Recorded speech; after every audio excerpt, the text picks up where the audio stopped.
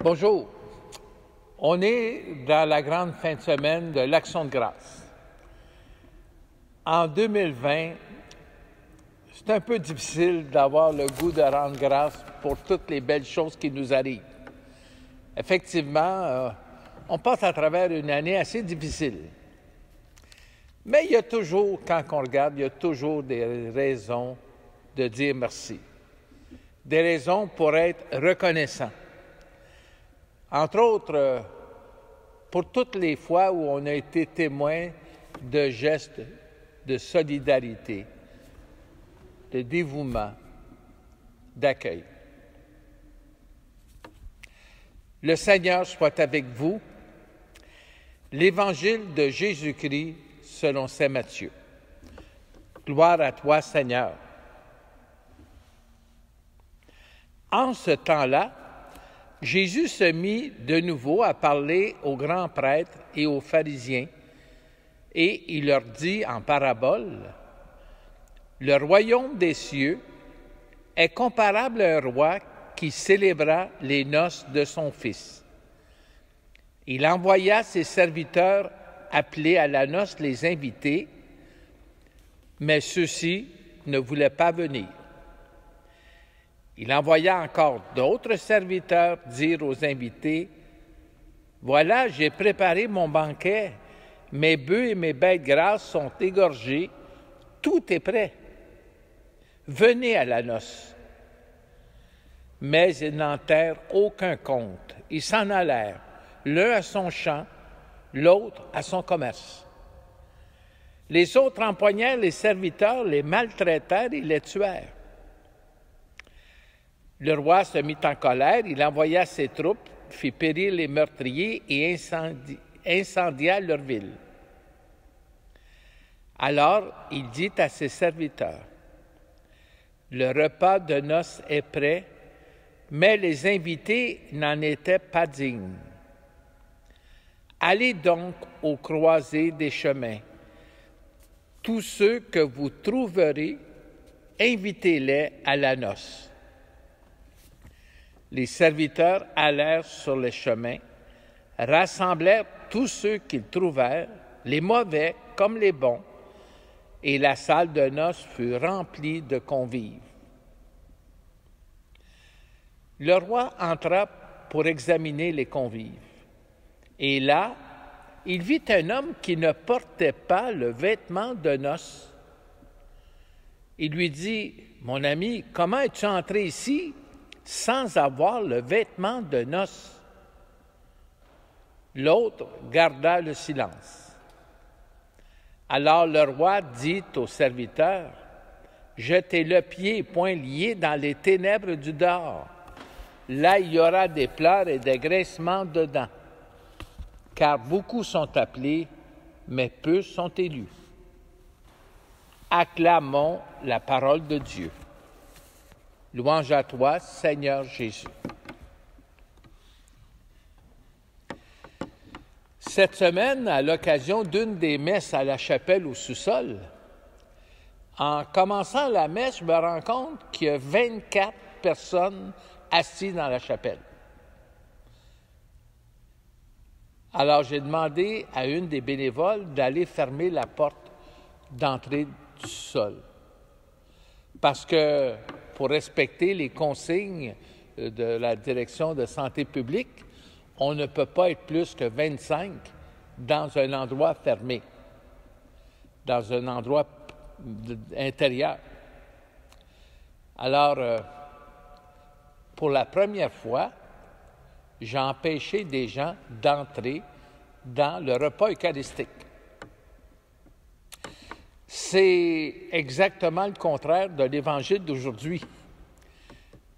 Dans la parabole d'aujourd'hui, le roi veut célébrer les noces de son fils. Alors, il lance une invitation à plein de monde. Mais les gens ne veulent pas venir. Ils ont toutes sortes de raisons. Il y en a qui s'en vont dans le champ, là, en campagne. D'autres, ils vont au commerce. Mais non, ça, on va passer notre tour. fait penser un petit peu au monde d'aujourd'hui par rapport au fait que le Seigneur nous invite aussi à un banquet, à l'Eucharistie. Il veut qu'on célèbre, qu'on fête l'alliance, les noces de son Fils, Jésus, qui a une relation, une histoire d'amour avec toute l'humanité. Puis il veut qu'on célèbre ça dans la joie. Et dans notre monde d'aujourd'hui, des fois, on est un peu comme dans l'histoire. On s'en va au camping en fin de semaine, on ne peut pas aller à l'église. On s'en va faire du ski. Notre commerce, je m'en vais au centre d'achat, je m'en vais magasiner, faire mon marché. Bref, j'ai toutes sortes de choses qui, dans le fond, passent avant cette fête-là, ce banquet-là. Le roi il est déçu, mais il n'est pas découragé. Alors, il continue d'inviter. Il dit à ses serviteurs, le repas, il est prêt. Mais les invités, ils ne sont pas dignes, ils n'ont pas voulu venir. Allez aux croisées des chemins, allez partout. Et tous ceux que vous trouverez, invitez-les à la noce.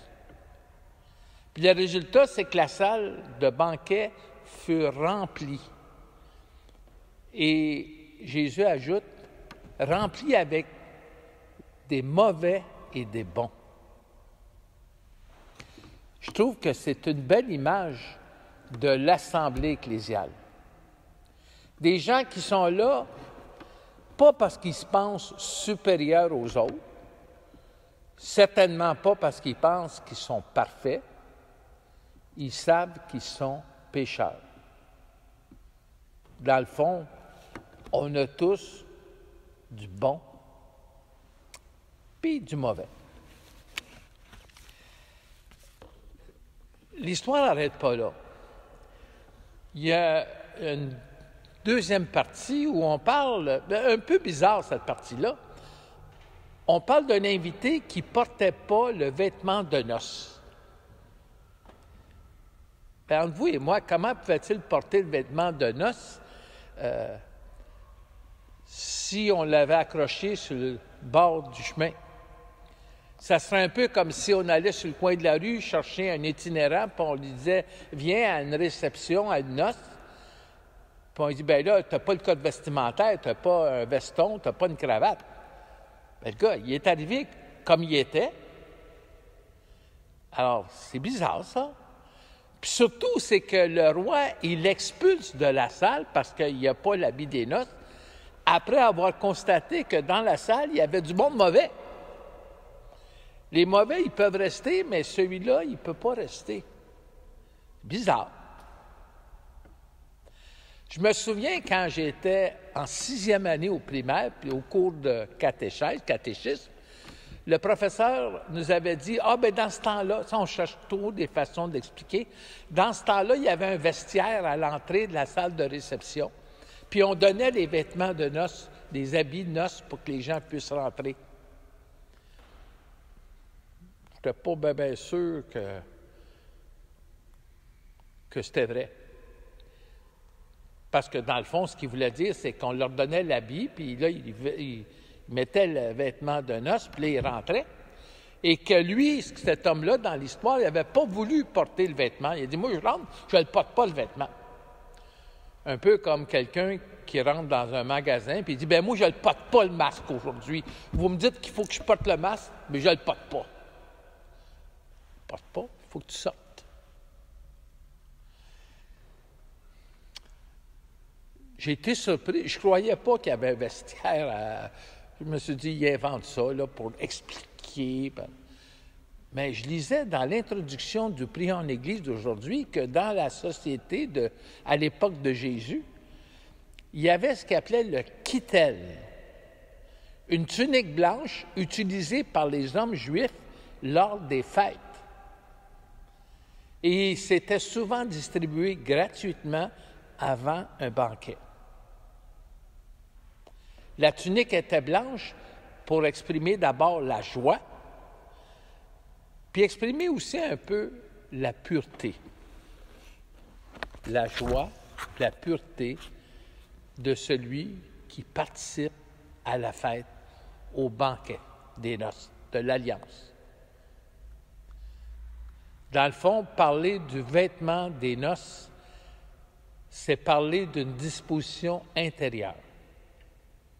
Saint Paul dit dans une de ses lettres, « Il faut abandonner notre premier genre de vie et dépouiller le vieil homme pour nous renouveler par une transformation spirituelle et revêtir l'homme nouveau. » Dans le fond, on est tous invités à participer au banquet des noces du Seigneur, de l'Alliance, célébrer l'histoire d'amour entre le Seigneur et l'humanité. Et les seules conditions pour pouvoir prendre part à cette Eucharistie, c'est d'abord le vouloir, accepter de donner de l'importance, de la place au Seigneur, accepter son invitation, et aussi, pour que notre participation soit authentique, il faut transformer notre cœur. Amen. Que Dieu Tout-Puissant vous bénisse, le Père, le Fils et le Saint-Esprit. Allez dans la paix du Christ. Amen.